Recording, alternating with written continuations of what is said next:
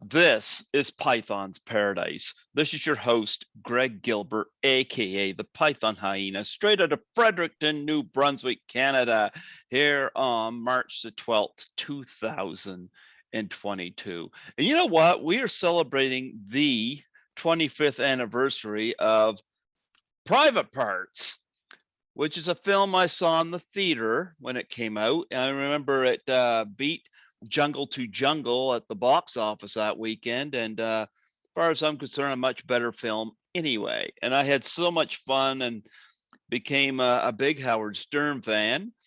And I have the guy who was very funny in the movie, played his dad, Ben Stern. Folks, I give you the awesome, very funny Richard Portnow. How'd you do, Richard? I'm good, Greg. How about you?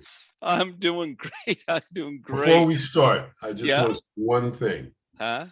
Two things, actually. I've never liked you, and I don't trust you. All right, now we can go. Perfect. You know, when you did you meet Ben Stern before? Yes, I did. I went to New York a week early to meet the guy, and he lived in Long Island with his wife, trying to remember his wife's name, Howard's mom, Ray. I think it was Ray. Mm-hmm. So she opens the door, hello, hello, and she guides me into the living room where we're going to meet. And then she comes back in, before Ben came in, she comes back in with Dole pineapple chunks right out of the can on a little bowl. I love pineapple. Right? Toothpicks in each little chunk, which is the way we used to eat it in Brooklyn. And then he came in and we talked, and, you know, he's a very affable guy. And then when he left the room, I asked Ray, is there anything your husband does that is somewhat idiosyncratic? For instance, if he's wearing a tie, does he do that? Or brush imaginary crumbs off his shirt after he eats? She said, yes, there is something he does. When he comes home every night, I have a chilled Manhattan cocktail in the fridge with saran wrap over it. And I bring it out to him. He sits down at the table. I bring it out to him. He takes the saran wrap off and he does this. Ah, and he puts it back down. I decided that was terrific, and I'm going to put it in the movie. And I did put it in the movie, but that scene never made it into the final cut. But I did go to meet the guy, and I like to do that when I'm playing someone that is available, who still exists. If it's a real person instead of fictional, I like to try and meet them and just pump their brain for whatever I can get that might endow the character. And that's what I did with him. I wish they'd do an uncut version of this film. You know, I'd love to see them just go all out, you know, because sadly we just lost Ivan Reitman. I did 5 pictures for Ivan. He was a big fan. My first picture was when I landed in LA. I had worked with Danny DeVito the previous summer. I landed in LA on my way back to New York from Bangkok, where I had just finished Good Morning Vietnam. And I gave Danny a call because I had his number. We were very friendly on Tin Men. That was the film I did with him. And he said, what are you doing? I said, well, I just got here. I'm staying with Mark Johnson, the producer of Tin Men and Good Morning Vietnam. He said, well, I'm doing a picture. It's called Twins. You want to be in it? I said, are you kidding? Of course I want to be in it. And the next day I got a phone call offering me the part. There was one scene, and it was directed by Ivan. And subsequently, I did 4 more movies for the guy, including my biggest film, which was Hitchcock. And I say biggest in terms of I was one of the stars, and I got a single card up front. I think I was the 4th build, and I was sorry to see him go. We read a script around a table when his son, Jason, was about 11 years old.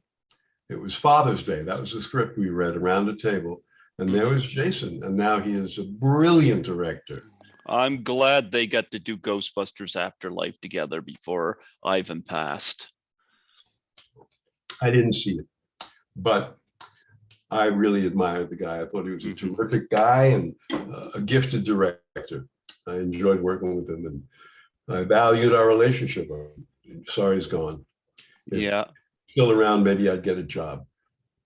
Because it's been slim, Greg. It's been pretty slim. Virus had something to do with that. Yeah. Well,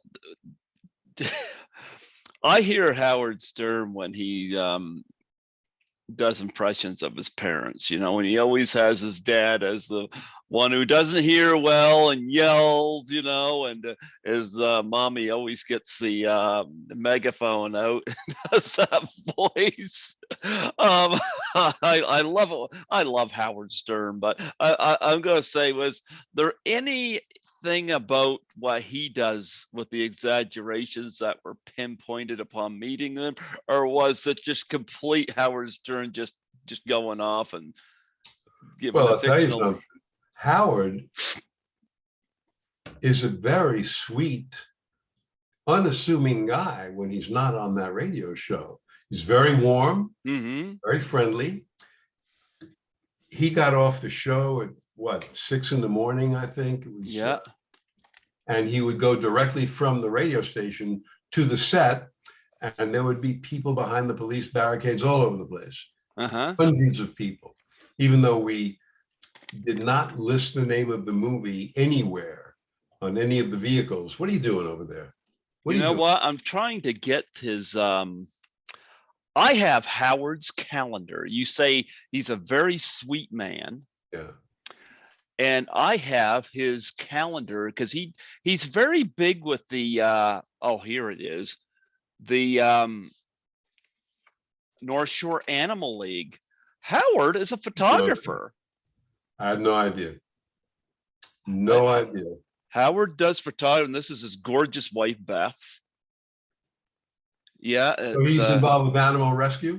Yeah. So am I. I'm a volunteer out here in LA at the Amanda Foundation, which is a no-kill shelter. This is a 2014 calendar, but I kept it. There's Howard on the back with the dog. And nice. Yeah. Yeah, I kept this calendar. I ordered it, I think off his site, you know, but, you know, you got a lot of, Beth is beautiful. Yeah, get pictures like this, and she should be with me, not him. Yeah, she is a stunning lady. But Howard, when you look at the color composition and stuff, like good, yeah, like Howard is a gifted photographer. Yeah, I had no idea. You know, yeah, I had to show this to you. You know, like, oops, I don't want to cover her beautiful face up, but yeah.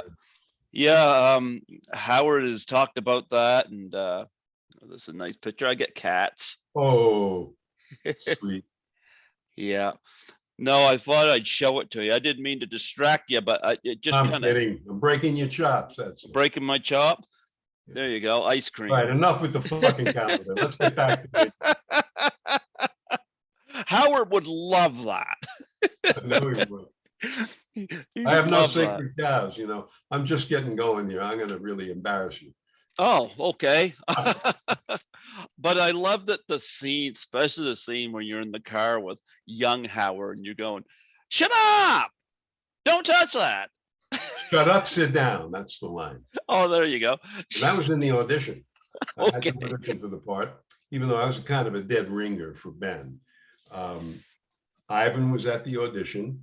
And I did not really know the factual, true pronunciation, or cadence rather, the rhythm and cadence of that phrase. And I just said, "Shut up, sit down." And then I got the part, and I went to New York, and the production company gave me a cassette tape in which that is recorded. When Howard was a little boy, Ben took him to the studio, and it's all on audio tape. And I guess Howard was touching something or saying something, and Ben shouts at him, "Shut up, sit down." And that's where I got the reading, because that's the way he said those words. And that's how I did it in the movie. And then I went back to LA on a break and met with Ivan on another film. And he had seen the dailies, he had seen the rushes, and he said, you changed the reading. Meaning that I changed the way I had done it at the audition. And I said, I played dumb. I said, I didn't realize that, Ivan. I wish you had been there to tell me. I'm sorry. Betty didn't say anything, Betty Thomas, the director. So I claimed stupidity, which I'm known for, and I got away with it. And the other line that was also on the video, the audio tape was, "I told you not to be stupid, you moron." Another line that was on this little cassette. It was really terrific. A great resource. Oh, I love it. I love it. And of course, Betty Thomas, gifted director. I think this is the best film she's ever done. What else has she done? Well, she did the Brady Bunch movie. Oh, she did. Yep, she did the Brady Bunch movie. I don't know what else comes to mind right now, but I just terrific in bed. I'll tell you that. Just terrific. Greg, come on, get with it. I'm getting with it. But I thought it was really cool to have a female director on this, and I love that where Howard's on the plane. You got the gorgeous Carol Alt come on there, and she doesn't want to sit with them. Knockout. She was also terrific in bed. My hands are tied, I'm telling you. There you go. So, what was it like to meet Howard Stern? I'll tell you something, Greg. To be honest, I've never been starstruck, and I've worked opposite many big stars. And I met him and I thought, cool, man, Howard, nice guy. I had never listened to his show, so I did not know what all the brouhaha was about. And I just accepted him as a colleague who was working on the movie and happened to be the lead. And we liked each other. That was it, I was not in awe. And as a matter of fact, the only actor that I have ever been a little starstruck by that I've worked opposite was Steve Martin, the only one. You weren't in awe with Arnold Schwarzenegger? No. No? Okay. No. Okay. Why Steve Martin? Not that I don't understand, because Steve is brilliant. Well, I'll tell you, I think the guy just glows with talent and intelligence and social grace, humor. I'm very impressed by the guy, and he was a delightful man. And, I had two scenes in that film, Father of the Bride. Yep. And subsequently, years later, I went to New York to do a play on Broadway, and Steve came backstage after the curtain calls to say hello. Basically, he was with his fiance, and he wanted to just touch base and tell me how great I was, which I was. So Dustin Hoffman is also a guy that really impressed me. Very generous actor, terrific. I think he's one of the best there ever was. I agree. And he takes chances. He does not do the same part over and over and over. He really takes chances, and very generous actor, very helpful also. Yep. Love Dustin Hoffman. I see your point there. Yeah. Yeah. So I've listened to a lot of Howard, but I haven't heard all of it. Have you ever been on the show? Yes. After the movie, he called my agents, or his people called my agents, to say, Howard wants Richard on the show. And I was very nervous, because after the movie, I started listening, not often, but I listened a little bit and knew how ruthless he could be. And I was nervous, but he wasn't that way with me, because I played his father, and but he has control. He can say something that makes you look like a moron, and then hit the button and go to commercials, come back, and your response has been overlooked, even if you came up with something real sharp and witty. So he controls everything as far as the broadcast goes. I don't really remember what we talked about, No, I don't really remember. But what was it like in the studio? I mean, you had Robin Quivers, you had Fred Norris, Baba Booey, Gary Gilbert. Well, we did this interview over the phone. Oh, okay, He's okay. in New York and I'm in LA. But I did meet those people, Baba Booey and Robin and Stuttering John and Howard. I remember listening to him, and he said to Robin, "So I think you had kind of a thing with Richard Portnow, didn't you? You were kind of into him, weren't you?" And she was, she didn't, she wouldn't comment. But she was of the three, Carol Alt and Betty Thomas and Robin Quivers. Robin gave the best head. I got to be honest. I got to tell the truth here. Oh man, I'm going to hell. I'm telling you. Oh, don't worry. You're driving a bus because you're laughing. You know what? There's no rating on that, so I let people say what they want to. Good. Did you meet Ronnie, the limo driver, Ronnie Mund? No, I did not meet Ronnie. I wish Howard would do a follow-up to this, because man, some of the people that came out after this movie, like Ronnie Mund, Sal and Richard, I could go on and on. Like, that's one of the things that makes his show so great, is the personalities, not just Howard, who's the centerpiece, but what he surrounds himself with. And when I'm at work, I'll stick my headphones in and I'll have my phone on and I'll listen to Howard Stern's. I could listen to those audio, those prank phone calls for hours, with Sal and Richard, or them ragging on Eric the actor, who was formerly midget, but the Whack Pack. You didn't get in the Whack Pack, so I guess you could consider yourself lucky there. I don't even know what the Whack Pack is. I don't know what it is either. I can't put that into words. People that he ridicules and makes fun of or dumps on? Yeah, but they're people that's got quirks about them that they can't, I shouldn't say they can't control. I think a lot of them can, but their ignorance to their situation. I think Howard just goes off on that, this was great. I saw this in the theater. Did you go to the premiere of this? Oh, yes, I did. Yeah, I flew into New York for that. Yeah. Yeah. Did you sit by Ben Stern? I don't think so. It was a long time ago. I don't remember all that much about it, but it was exciting, They interviewed us at the premiere, and it was cool. I had a good time. What did Ben and Ray think of the movie? They didn't tell me. Well, they haven't disowned Howard, so I guess they're okay. They thought it was all right, yeah. I know Howard takes good care of them, though, because I listen to the show, and people have this perception of Howard, but when you see the fact that he, he's a great photographer, and he also paints. I haven't seen his paintings, but obviously I hear he's a good painter, and so Howard's got a lot of sides of him that a lot of people don't see. Yeah, I've never seen those sides.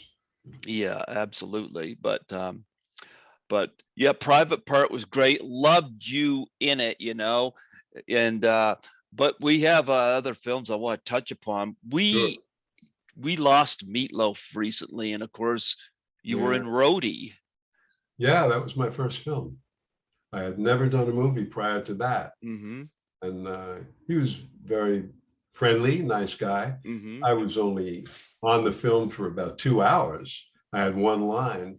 And as a matter of fact, the character I was playing, you've seen Midnight Cowboy? I love Midnight Cowboy. I interviewed somebody from it. Yeah.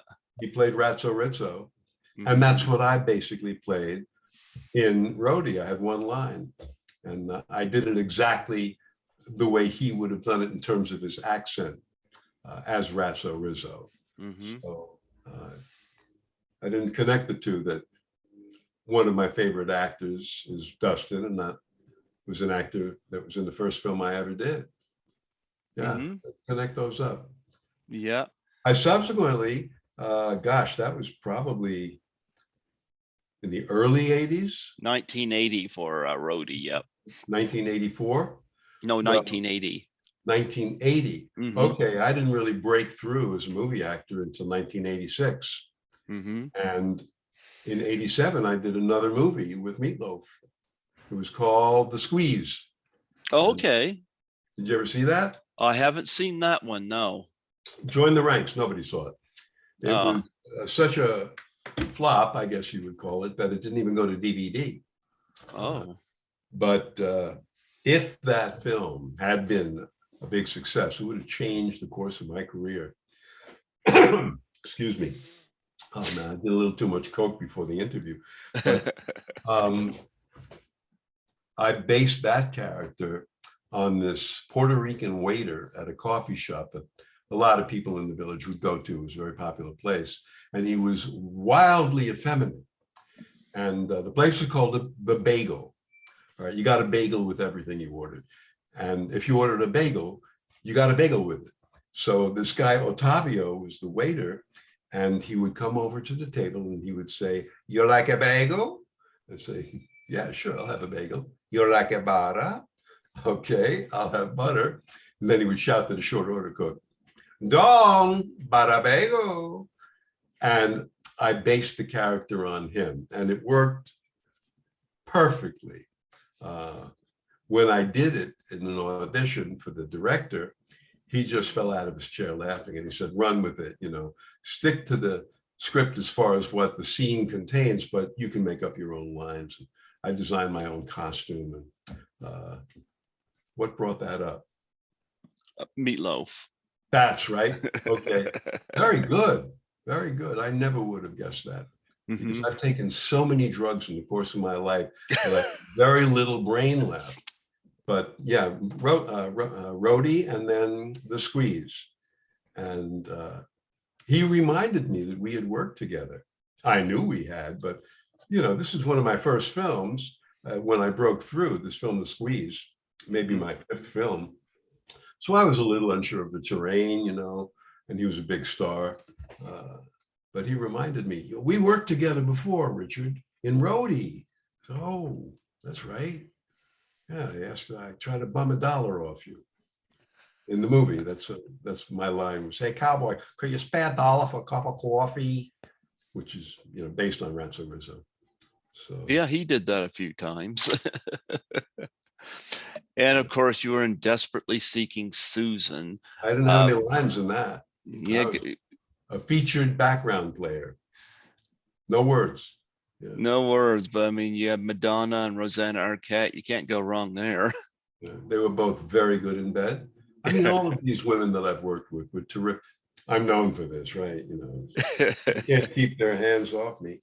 No lines, but I could see myself when I watched the film. There I am with the full head of hair, and you can see me briefly. A lot of real hot actors that became hot actors, rather. Early films for them, and John Turturro, Will Patton, terrific actor. Stanley Tucci might have been in it. I mean, a lot of actors that really made it. What else? Good Morning Vietnam. We sadly lost Robin Williams. Love Robin Williams, brilliant comedian. Talk about working on that with Robin. Okay, it's a terrific story. That film really did change the course of my career. I'll tell you why. But when Tin Men opened, Barry Levinson directed, at the premiere, which was one of the most exciting moments of my life, they had blue sawhorses, and the whole crowd was behind these sawhorses, and 3 big stars were in it: Richard Dreyfuss, Barbara Hershey, and Danny DeVito. And as I'm walking in, I heard someone say, "That's Richard Portnow." And I couldn't believe my ears. I went from tending bar to be in the public eye, and people knew who I was. It was mind-boggling. But at the premiere, after the movie, Barry came up to me at the party.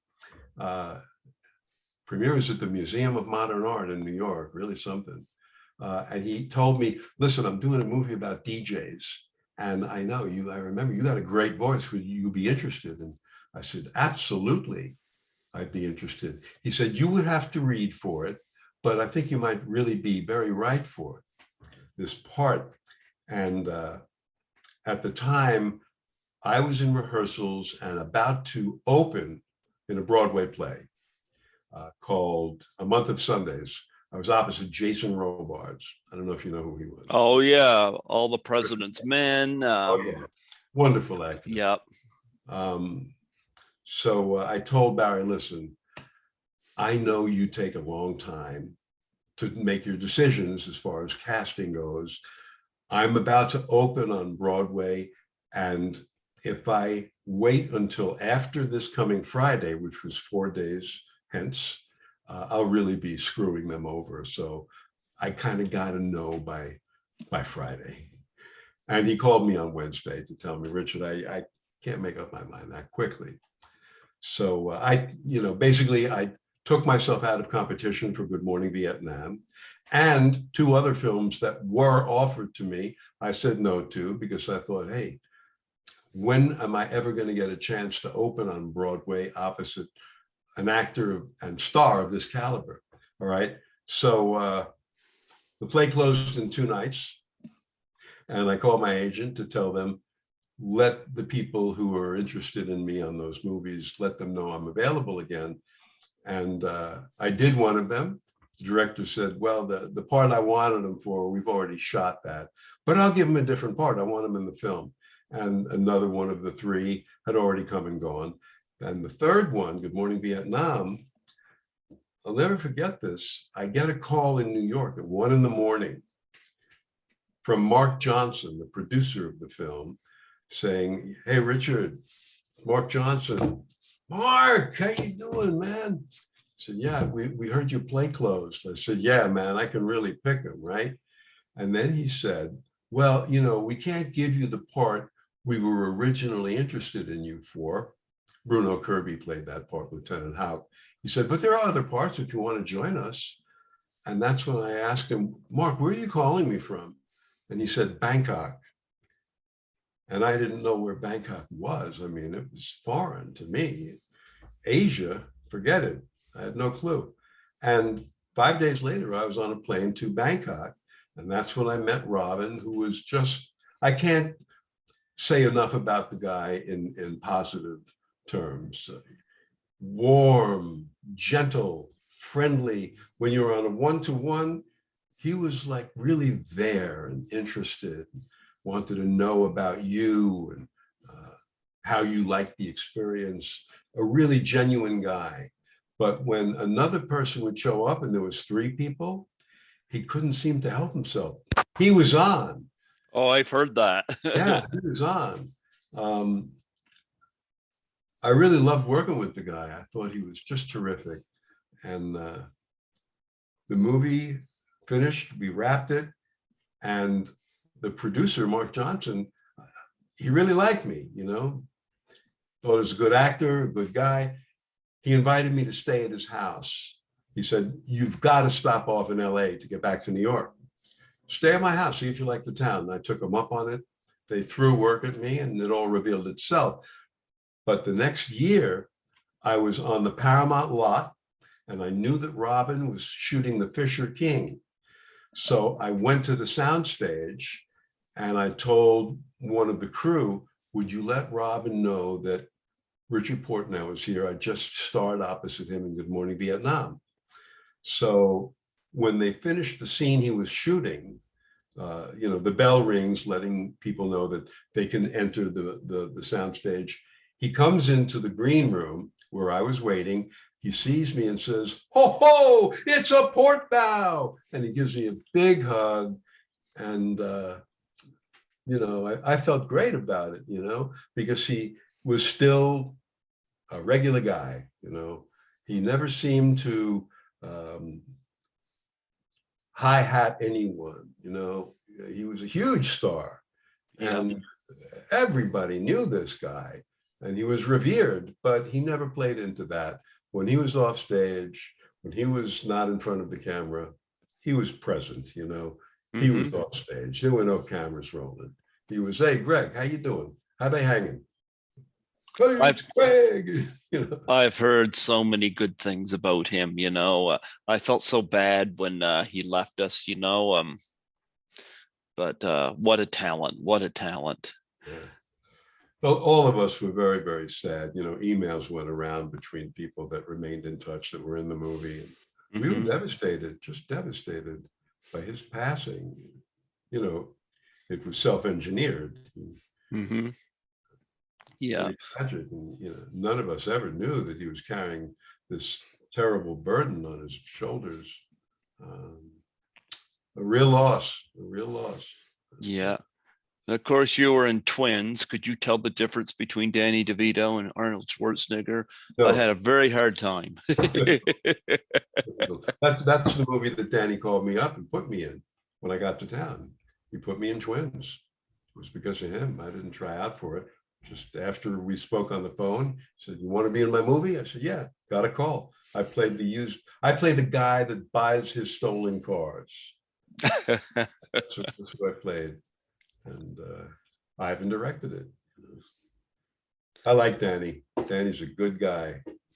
I like Danny. Yeah. Good guy. Yeah.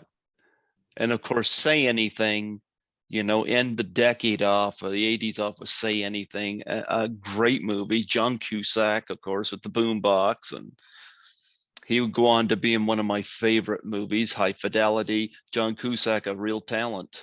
Yeah. I left that film before I finished my job. I played the IRS guy, if you remember. Yeah. And I was offered a TV pilot in the middle of shooting this film. And if you really pay attention to the film, the IRS guy that shows up at the end of the film, who says, look around, see if there's anything that he paid for with cash or something like that. It was a significant scene. It's not me. It's a brand new IRS guy, because the producer of the pilot talked to the producer of Say Anything, asked if he could have me, if they would let me out. And the producer said, yes, we will.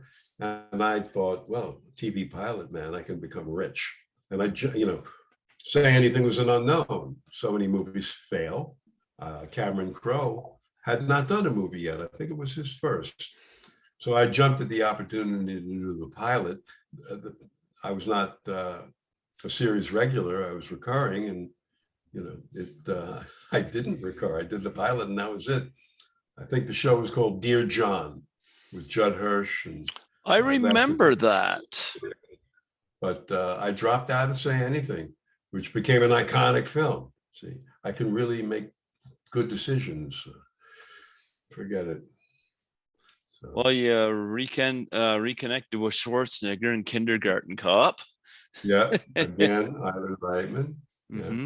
Yeah. He knew me by then because we had worked together, and I had some validity because I had done quite a few films between Twins and Kindergarten Cop.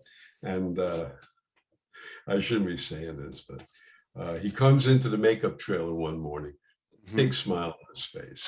And one of the makeup artists said, "Boy, Arnold, you're in a good mood today. What's going on?" And he said, "My wife polished my helmet this morning." True story. He's going to beat me up. He was going to find me. He's going to beat me up. At the premiere, he saw me and he slapped me on the back. "Hey, Richard!" He almost knocked me across the room. I liked him. He was okay. Good guy.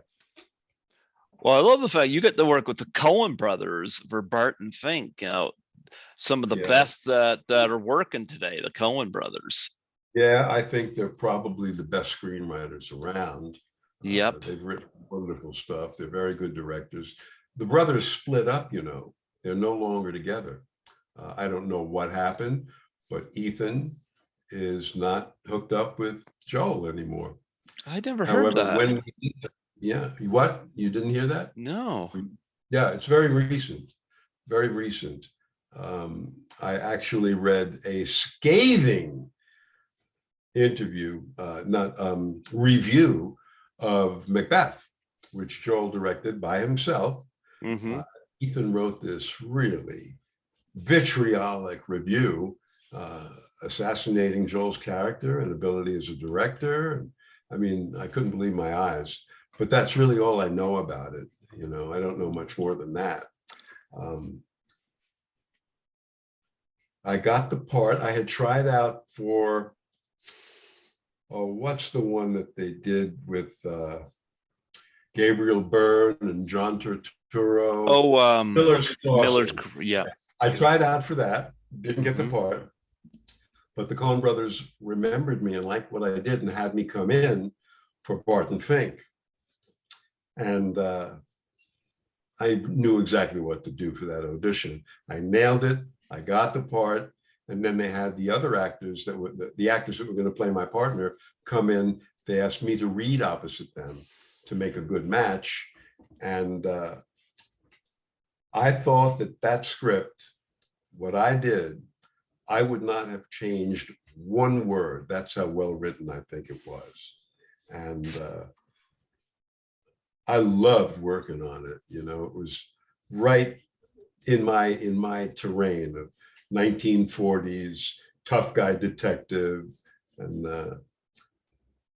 I did actually suggest one. I'm moving into the camera here too much, right? When I do that, it's too, you see the top of my bald head. Come on, laugh a little bit. I am laughing. Hey, you are laughing on the inside. Yeah, I know. So they like alliteration. You know, that was present frequently in this script.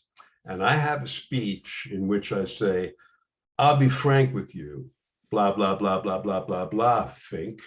And I said, fellas, if I may be so bold, I think you missed one. They said, you really? What? I said, wouldn't it really play into your love of alliteration if I said, I'll be frank with you, Fink, blah, blah, blah, blah, blah, blah, blah. They said, you're right. We missed that one. So they changed the line. They changed the order of the words. But that's the only thing I ever asked about. Everything else I thought was just so perfectly conceived and written.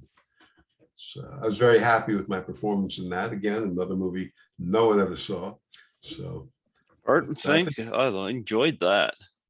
It's really an underground film, you know, people that they didn't come out in droves. The movie didn't make a nickel.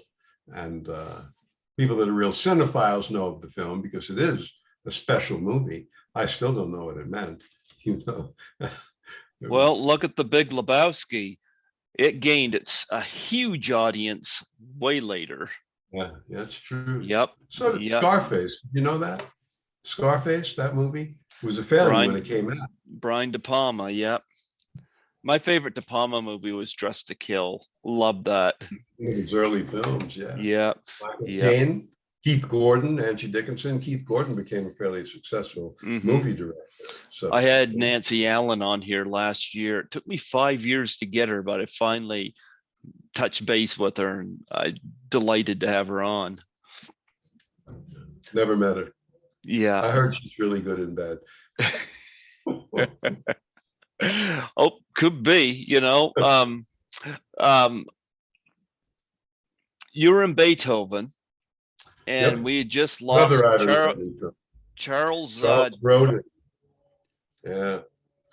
Interesting story about Charles Grodin. He was the first actor cast in The Graduate. Did you know that? Yeah. I didn't know that. I heard that they were trying to originally wanted Robert Redford and Candice Bergen, and then they went with Dustin Hoffman and Catherine Ross. Well, Charlie Gordon, Chuck Gordon, he had the part that Dustin Hoffman eventually played. It was his part. He was in rehearsals. And in his biography, he mentions this, that midway through rehearsals, he saw Dustin Hoffman hanging around the soundstage. and he knew something was up. And he was let go and replaced with Dustin. Yeah. Okay, I never I heard worked that. with him a little more direct. I didn't have a scene with him in Beethoven, but I did a movie called Heart and Souls, in which I did have a scene with Chuck Gordon. Yeah. Another movie Yeah. that went up. I'm the kiss of death, Greg. I'm telling you. Put me in your movie. That's it. No one's going to come to see it. Well, I mean, I go to see them. We're pulling your chain. Yeah. Well, you worked with Whoopi Goldberg on more than one occasion. Sister Act and Bogus. Bogus. Very Yep. good. Norman Jewison. Yeah. Yep. What was your experiences working with Whoopi? Pretty good. I liked her. Mm-hmm. On Sister Act, she didn't schmooze. But on Bogus, having worked with her once already, she was very, hey, Richard, how you doing? What have you been up to? Sister Act was a big hit. I'm glad you're in this, blah, blah, blah. So she's pretty good. Had a good time with her. How about working with Chevy Chase and Man of the House? Don't ask me that. I get that a lot about Chevy. I interviewed Alan Arkush, talking to him about his career. When we came to Caddyshack 2, he said he would not talk about that movie. What did I do? I did a podcast. Oh no, I remember. It was on Talking Sopranos. Mm-hmm. Have you seen that? Okay, so I did an episode. Oh, Talking Sopranos is similar to what you're doing. The Sopranos cast, the guy that played Chris Moltisanti and Bobby Bacala, Steve Sciarretta and Michael Imperioli. And they tried to get through every significant cast member that was on the show over the 10 years. I did 5 years worth. And in the interview, they asked me, have you worked with any actors you didn't like? I said, definitely. Well, tell us about one. I said, Chevy Chase, major asshole. And maybe he wasn't a major asshole. I didn't like the guy. I still don't like the guy. And he found out that I said this. A friend of his had watched this Talking Sopranos episode and Facebook messaged me about having told Chevy about what I said. Okay. I don't know if you're following this. Wake up. Come on. Yep. Wake up. He told, well, in this message on Facebook, he writes that Chevy Chase was just stupefied by the fact that I had such negative things to say about him. He said, well, I like that guy. I thought he was okay. I don't know why he says that about me. Yeah, well, because he was an asshole. That's why I said it about him. I remember there was a gym in the hotel.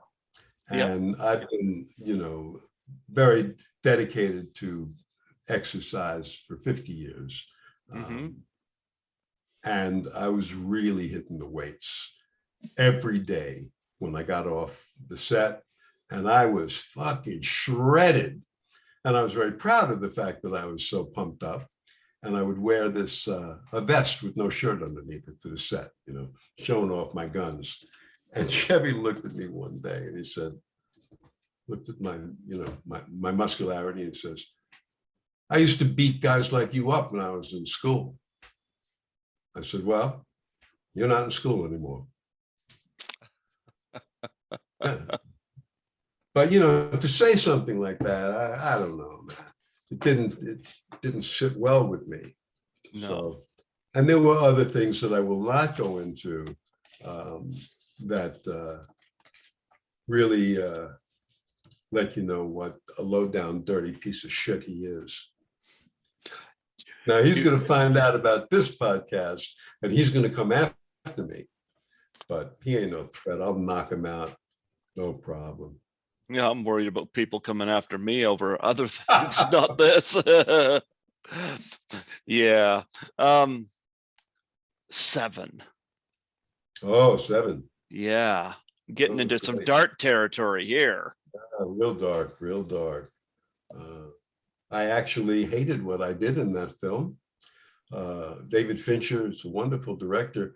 It was a oneer, means that, no over the shoulders, just one shot, tracking shot on the dolly, Mm-hmm. and about 10 takes. And for each take, he said, that was great. Now come at it from this angle, or take that color away and add this color, very specific, which is what it's all about as far as directing. And the take he picked, I hated. And I never liked the way I looked or my acting in that film. Just being honest.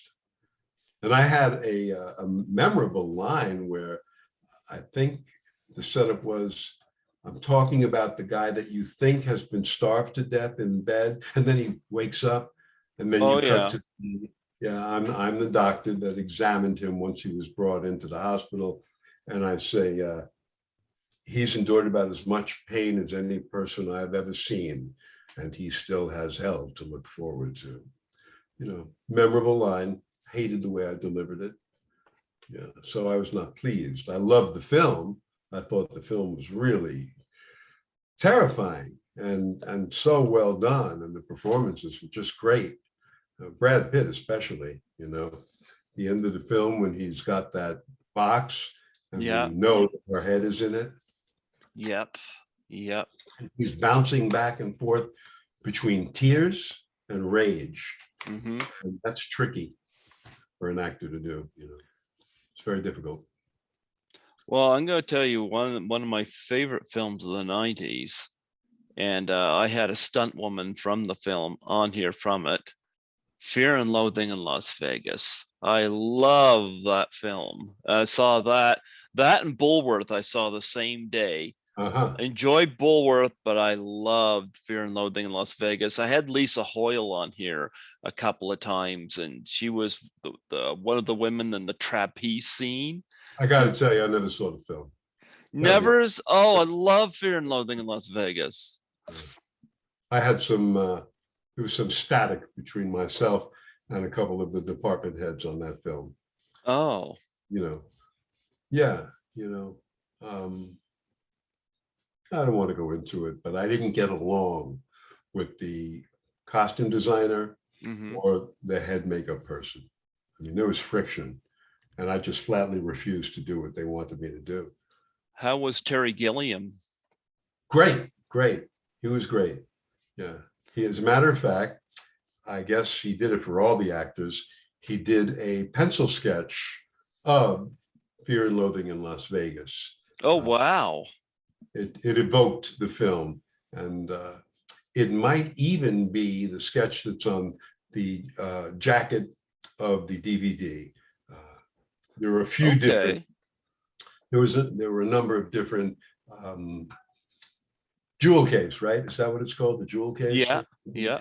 A number of different art renderings for the DVD jewel cases, about 3 of them. And one of them was a pencil sketch. Might be the thing that I got. Same thing. So I liked him a lot. He was a good guy. Well, you get to be in some films about some high profile people. I've had Alfred Hitchcock's granddaughter here on the show back in 2016, and that was pretty spectacular. And of course, you were in Hitchcock, the 2012 movie. Yeah. Talk about working on that film. I'll tell you what, that was a starring role, and I got upfront single card. If your audience isn't certain what that means when the credits are being shown at the beginning of the film, starring Robin Williams, William Hurt, blah, blah, that's single card, as opposed to the end of the film where you have a long list and it's rolling up the screen. That's the credit roll. So this was, a major role. It was a starring role. And when I auditioned, there were 2 Oscar nominees that were sitting in the waiting room to try out. I was amazed that I even got an audition. And I was just overwhelmed when I got the part. And Anthony Hopkins and I became very friendly. He liked to pretend that he was a wise guy, like a mob guy. And he would be on the lot with the fat suit, you know, and all of the makeup. It took like 3 hours each morning for him to get into all that stuff. And he would see me and he would go, "Hey, Vinny, you take care of that business?" And I said, "Don't worry about a thing, Carmine. He sleeps with the fishes, forgot about it." He loved doing that. And I was over to his house. We talked on the phone and text each other. And that kind of went away, you know. It's hard to, I guess, maintain relationships with big movie stars. They are sought after all over the world. But I thought, excuse me, I thought my best scene in that film was opposite Helen Mirren. I thought when I did that scene, maybe because of her, I don't know, but I felt like I was right in the pocket with that and working on a number of different levels. Instead of just playing what was written, I was playing what was underneath what was written and what was, you know, on the sides. I don't know if my description is intelligent or not, but I had stuff going on that wasn't written, but was there to be mined from the situation. Yeah, I worked on that for about 2 or 3 weeks, and I felt privileged to be doing it. You know, the director was Sasha Gervasi, a very good director, and we became friendly afterwards. Yeah, it was a terrific experience. And of course, another one based on a real person, Trumbo. You played Louis B. Mayer. That's right. In Hitchcock, I played the head of Paramount. Mm-hmm. And in Trumbo, I played the head of MGM. And again, I was opposite Helen Mirren in that film. And the director, he did Austin Powers, that series. Okay. Jesus, you know, he'd hate me. I'm blanking on his name. Jay Roach? That's it. Yep. Jay Roach. Mm-hmm. I knew it. I just wanted to see if you knew it. So, of course. he was very pleased, you know, and as soon as I walked into the audition room, we struck a chord of rapport before I even started doing the scene. It was just there. Sometimes you kind of know, yeah, I'd like to work with this guy. You know, an actor will bring something into the room, because I've been on the other side. I've produced a couple of films, and someone will walk in and I'll say, you just get a good vibe off them. So, yeah, I'd like to work with this actor. And then I did the audition, and thank God I did well. And I did everything in one day, 3 scenes down in New Orleans. And we corresponded for a while, you know, because it was a great experience. And I wrote to him, letting him know that, and that it all starts at the top, and he is at the top. And the director's attitude and his behavior filters down to the rest of the crew. And, you know, if you've got someone that's overbearing and directs through intimidation, you're going to have an unhappy crew and an unhappy cast. But everybody on Trumbo was happy. And that's because of Jay Roach. Mm-hmm. You've done a lot of television. Yeah. And I know we've gone through a lot of your films, so I'm not going to go through all your television, but pick 2 or 3 of your greatest experiences on TV. That would be The Sopranos. That would be number 1. Mm-hmm. I did a series called Easy Streets, which did not make it, but has become, we shot 11 episodes that became a cult hit. Paul Haggis wrote and directed that. He did Crash and many other films. That was really all the way up on the top of my list. And what else did I like? Oh, gosh, it's hard to say. I like doing Shameless, which was a recent job. I was very happy doing that. Mm-hmm. Bill Macy, William H. Macy, wonderful actor, and very friendly, you know. I had met him years and years ago. I met him 34 years ago, and he wasn't struggling. He was already working, but we had the same agent, met him at the Christmas party, got along. And now 34 years later, I'm working opposite the guy, and he remembered. We met, didn't we? We met. I said, yes, we did. So I think those are three of my favorite TV shows: The Sopranos and Easy Streets and Shameless. Speaking of Soprano, we lost. I'm sorry, I left one out. Okay. And it's one of their favorite episodes on Seinfeld, when I played the wheelchair salesman, and they play that all the time. And I had lines that were just shameful. I'm selling a wheelchair to George, who, I don't know if you ever saw the episode. It's called The Handicap Spot. He parks in a handicap spot when they go to the mall. Mm-hmm. And the woman who should have parked there in the wheelchair, she loses control of the wheelchair coming down the ramp to go across the parking lot, and her wheelchair is destroyed, and he has to replace it. So they go to my outfit, and I'm trying to sell them the highest price wheelchair. And one of my lines is, "A wheelchair like this, you're almost glad to be handicapped." I thought, oh my God, that's shameful. And I put Stephen Hawking in one of these a year ago. He's loving it. So I thought it was terrific stuff, and it worked very well. I was in a restaurant in Beverly Hills about 3 weeks or 2 weeks after it was broadcast, and Jerry happened to be in the same restaurant. And he saw me, and he came over to my table, and he said, Richard, we got hate mail," which was the greatest possible review he could have gotten. He was thrilled. So that was one of my favorites on TV, really. Oh, wow. Do you have any charities that you're involved with that you'd like to plug and promote on here? Oh, definitely. I have Noah's Ark Rescue, which is a rescue organization for dogs in Mississippi, run by Jennifer Smith. And they do wonderful work. They will take severely injured dogs and abused dogs, and as long as they can give them a good quality of life, Jennifer will spend whatever it takes to save the dog. And she will have sometimes a dog's hindquarters, their rear legs, will not function anymore, and you can have these devices made, which is kind of a cart on wheels, and they can use their forelegs. The rear part of the dog is in this contraption. She will have them made, fitted perfectly for the dog. And I think it's a very special outfit. It's called Noah's Ark Rescue, and Jennifer Smith runs it in Give. And I also am a volunteer at the Children's Hospital, LA. Okay.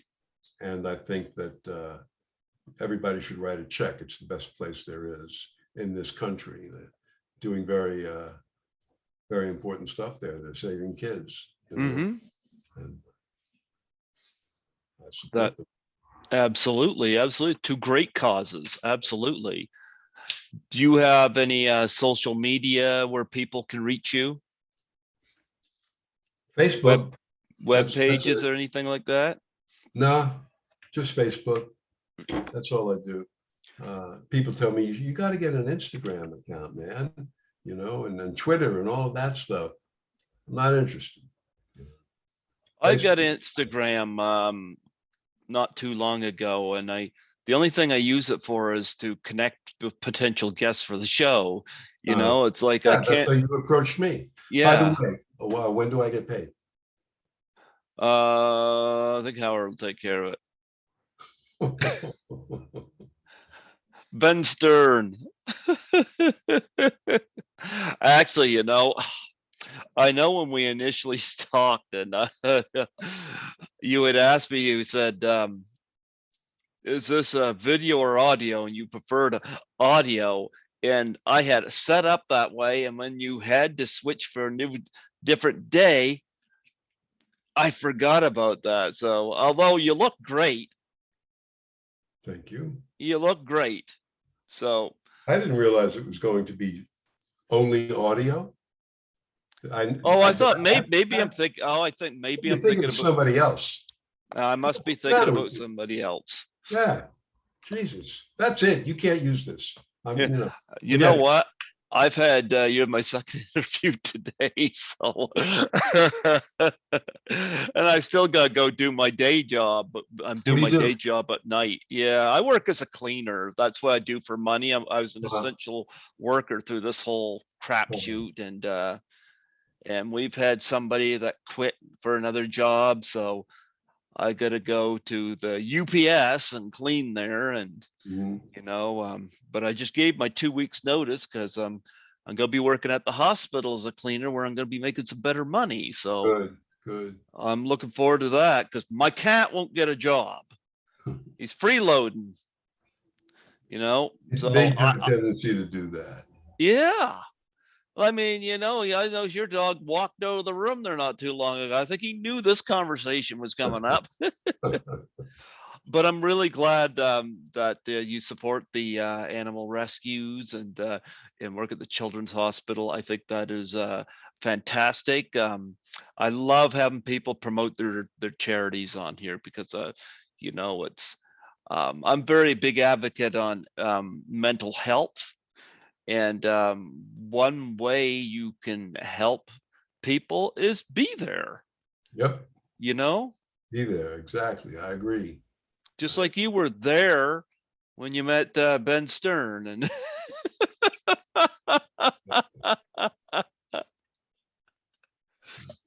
oh man, 25 years. Japers, that big pointy building blocking that off. You'd think Howard was hiding something. You believe that? Yeah, I never even realized that. Don't you? I wish I had hair like that. You wish you had hair like that? I used to, but it was decades and decades ago. I never had hair that way. I could never keep it. Took me 3 hours to wash my hair. I was like, shave it, be in and out. My cat waits for me. It needs to be fed. I can't take a day to wash my hair. Do you got anything coming up that you want to promote on here before we close off? Not at the moment. No? I have a film coming up in October, but October's far away. It's called Dangerous Odds, and it was written by a woman that was a background player in a movie that I did called Hyena. Robert Redford and Lena Olin and Alan Arkin and Raul Julia, who I guess he really didn't like the film because he wouldn't put his name on it. His name does not appear anywhere in the credits. The movie was really a bomb. It was directed by Sidney Pollack, God rest his soul, brilliant director. Yep. And I was part of a high stakes poker game with Redford and some other actors. And we were all given women to be on our sides, dates, prostitutes, I guess. And this woman named Marissa Lancaster was mine, okay? And we got along very well, and I flirted with her and, really wanted to bang her. I did not get there, right? So now, 25 years later or so, maybe longer, maybe we might have done that movie in 92.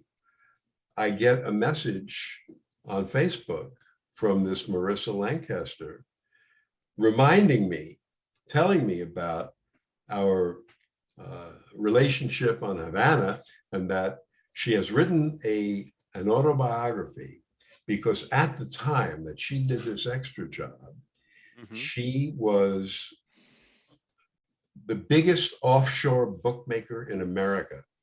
Her husband started it and he went to jail. They had relocated the business to Santo Domingo. Okay, that's where we shot Havana. The feds got on them in the States, so they moved offshore. And when her husband went to jail, Marissa took it over. And they were bringing in $1 billion a year. And she wrote a memoir called Dangerous Odds. And she told me, "You're in it." I said, "Really?" She said, "Yeah, you're in half of a chapter. I talk about you and how we almost tripped the life fantastic." And sure enough, I read the book. She sent me a copy, and I'm reading, and she's describing me and how we interacted. And I was really, whoa, I was floored. Well, she's got Mark Foster, who directed World War Z and Monsters Ball and many wonderful films. He's on as director. Mm-hmm. We're going to shoot it in Tenerife, one of the Canary Islands, in October. And I'm playing a leading role. And that won't happen until October. So that's what I've got on my plate. Dangerous odds. Did she describe your muscles there that Chevy In Chase detail. criticized? That's what I figured, She did. You mentioned Lena Olin. She's beautiful. Beautiful girl, terrific in bed. Every woman I've worked with is terrific in bed. Well, I'm glad you're having that luck, because I would be the guy that they would turn down. My cat only stays with me because I can shake the Temptations bag. It doesn't work on women. You know what works? You take out that bankroll of hundreds. Shame on me. Actually, the actress who I do not know anything about her boudoir activities, I think is one of the most beautiful women in film, Jessica Biel. I think she is gorgeous and fit. She's an athlete, and you can tell she's very strong, muscular, beautiful woman. You know who I like? I like Emma Stone. Mm-hmm. I think Emma Stone. Great in bed. But love Halle Berry. I worked opposite Halle Berry, and I fell in love. Mm-hmm. I really did, and we got along very well. We exchanged numbers and emails. I had her cell. We were talking, and I said, when you finish the movie, I'd love to have coffee with you. She said, I'd love to, and you got to come over to the house, and Aubrey will, he's a chef, he'll cook. She was seeing this Canadian fashion model, Aubrey somebody. Obviously not me. No, not you. No, not a prayer. Sorry, Greg. And their relationship went south, and I think they had a kid. And, she was really faced with a tumultuous situation, and we lost track of one another. So she, when she smiled, the whole room lit up. She's just got an incredibly dazzling smile, and I think she's gorgeous. I fell like a ton of bricks for Halle Berry. And I thought, well, maybe she wants an older man in her life. I got a shot. I got a chance. Don't let go. Yeah, right. Winging a prayer, man. Between Anthony Hopkins, Halle Berry, what is it with people losing your contact info? I don't know. Maybe it's me. You think Ben and Ray Stern still have your contact info? They never had it. No. You don't think Howard will call you up with the megaphone and pretend to be Ray? No, I think those days are in the past, Greg. I don't know. They might Baba Booey you. They might prank call you. The original prank callers were the Jerky Boys. Remember them? Yep, I do. I love those guys. Frank Rizzo. He killed Uncle Frank. He killed Uncle Frank. You remember when they used to call this bar, and this guy who would pick up sounded like a real old man bartender, and they would just break his balls. They would say, "Is Mike Ock there?" And this bartender would say, "Mike Ock, where's Mike Ock?" I mean, they were just terrible. They keep calling back until eventually they would call and say, "I'm going to get you motherfuckers. I'm going to find you. I'm going to kill you. Both of you." There was one guy did the calling. Come on. I just remember one film I didn't ask you about, Radio Day. You worked with Woody Allen. Yes, I did. I worked with him 4 times. It's funny, even because we're just talking about the Jerky Boys, and I mentioned Frank Rizzo as one of the characters, and Sal Rosenberg, and Sal Rosenberg just made me think of Woody Allen for some weird reason. My first major role was Radio Days. That was my major role. And I'll never forget meeting him. My agent told me it's going to be fast. It's going to be quick. He doesn't spend much time with the actors. And get the casting director's name. It might have been Taylor. I'm sorry, I forget the name, because that was 1985 or early 86. So I am brought into the room. He is behind a desk, and the casting director says, "Woody Allen, Richard Portnow." Okay, so I walk in, and he gets halfway up from his desk and he says, "We're doing a movie in February." And I thought, okay, I'm going to be funny. And I say, "I'm available." And you know how you'll turn to see where the chair is so that you won't miss the chair. So I turned, and there was no chair to sit in. And I turned back, and he said, "So thank you. They're going to take your photograph, and we'll see what happens." That was it. 20 seconds max. And 6 weeks later, I got a call from my agent and said, "You got a significant role in the Woody Allen film." And I worked on that movie for 6 weeks. Yeah. And that helped a lot. It gave me a heavy duty credential, so, and I didn't fuck it up. I was told, actually, at the audition, in addition to Woody, the costume designer was there, and the cameraman, or there were two people besides Woody. One was Jeff Kurland, the costume designer, I think. I think it was Jeff Kurland. And when I went for my costume and makeup tests, Jeff said to me, if it was Jeff, he said, "Don't ask him questions. He doesn't like questions." And on my first day, naturally, I asked him questions, because you do not get the entire script. With Woody Allen, unless you're one of the stars of the movie, you get the pages that you're in. So I only saw 10 pages of the script. And I didn't know, really, it's important to know what other characters say about you, how you're perceived before you enter the movie and after you leave. And, all of that informs the character. So I said to him, "Listen, during my first day of shooting, which was incredibly exciting, we shot at the Horton Hard Art Automat, which no longer exists, on 6th Avenue and 42nd. And I was with Diane Wiest and Seth Green, who became, not Mini-Me, the son. Yeah. So, right away, I went up to Woody and I said, "Listen, Woody, I can color this guy in many different shades. I can make him," because I'm cheating on my wife with Diane Wiest in the movie. I can make him a real heel, a cat, or I can make him be, anything. He said, no, just do what you're doing. Do what you're doing. When we come to the meaty part of the scene, then I'll nitpick. And when we got to the meaty part of the scene, where I'm walking down the street, arm in arm with Diane Wiest, he said, he gave me one piece of direction: "Be more affectionate with her." So, I held her around the waist. That's the only thing he ever said to me on that film. And then I did 2 more films for him and a play.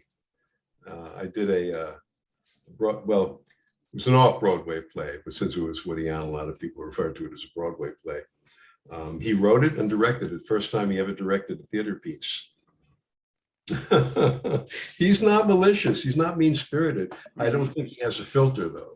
And he said to me once, he said to me, "Richard, if you do it like that, they'll run from the theater." I said, "Good note, Woody. Good note. Thank you." I can use that. I love your impression of him, Yeah. Yeah. He's quite a guy. Absolutely. Yeah.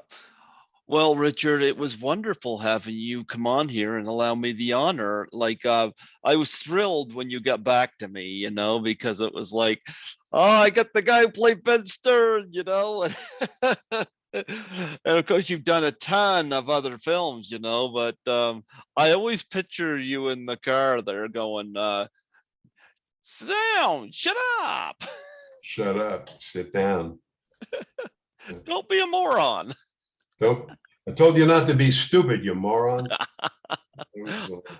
Oh, I love the voice that you provide for that too, so this is perfect. Flat on, but yeah, I'm really honored that you come on here today and pleasure, talk to Greg. me. Yeah, I had a lot of fun with this. When this is ready, Yeah. I will send you the link. You could put it wherever you want to. Mhm. Yep. Do you edit these things or just? No, I don't know how to edit on Zoom.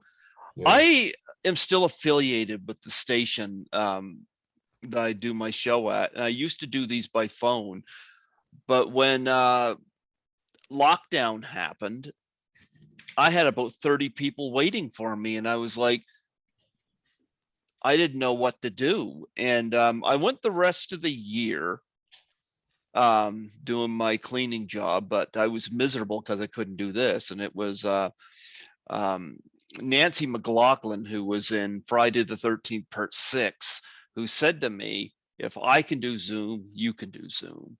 So I got hooked up with Zoom. Now, I don't put the interviews up right away. When I put them first up on YouTube, I always put them as unlisted, and I put them out public later. And the reason I do that, my former station manager, before she retired, had told me, she says, save some for a rainy day. Well, the rainy day turned out to be the pandemic, because when the pandemic hit, I had about 150 interviews in my backlog. So I was able to keep my content going on for the show. So, but I always give the participants the interviews before I put them public, so they can post them before, and then that way I can just take my time. But I don't know how to edit on here at all, but you were great. There was nothing you said that is questionable. I think you were phenomenal. You went way beyond. I mean, I knew you were going to be great, but I think you were better than what I thought. So there you go. Thank you. Yeah. Happy to do it. It's nice to meet you. It was nice to meet you too.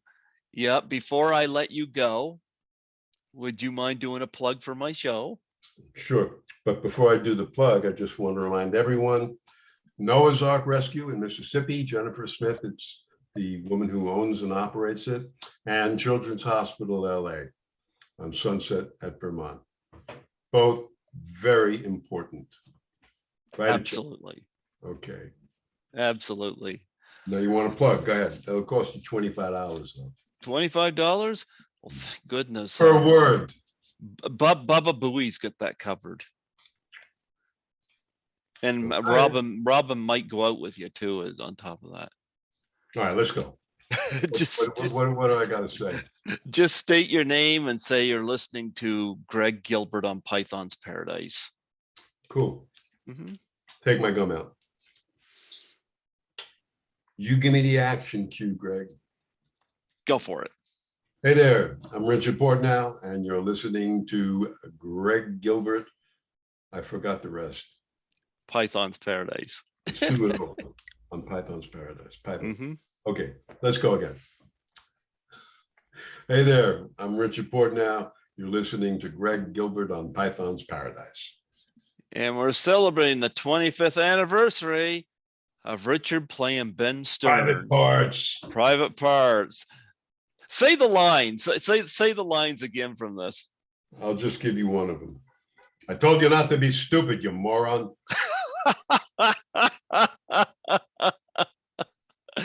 Oh, I love it. I love it. Love it. Love it. Love it.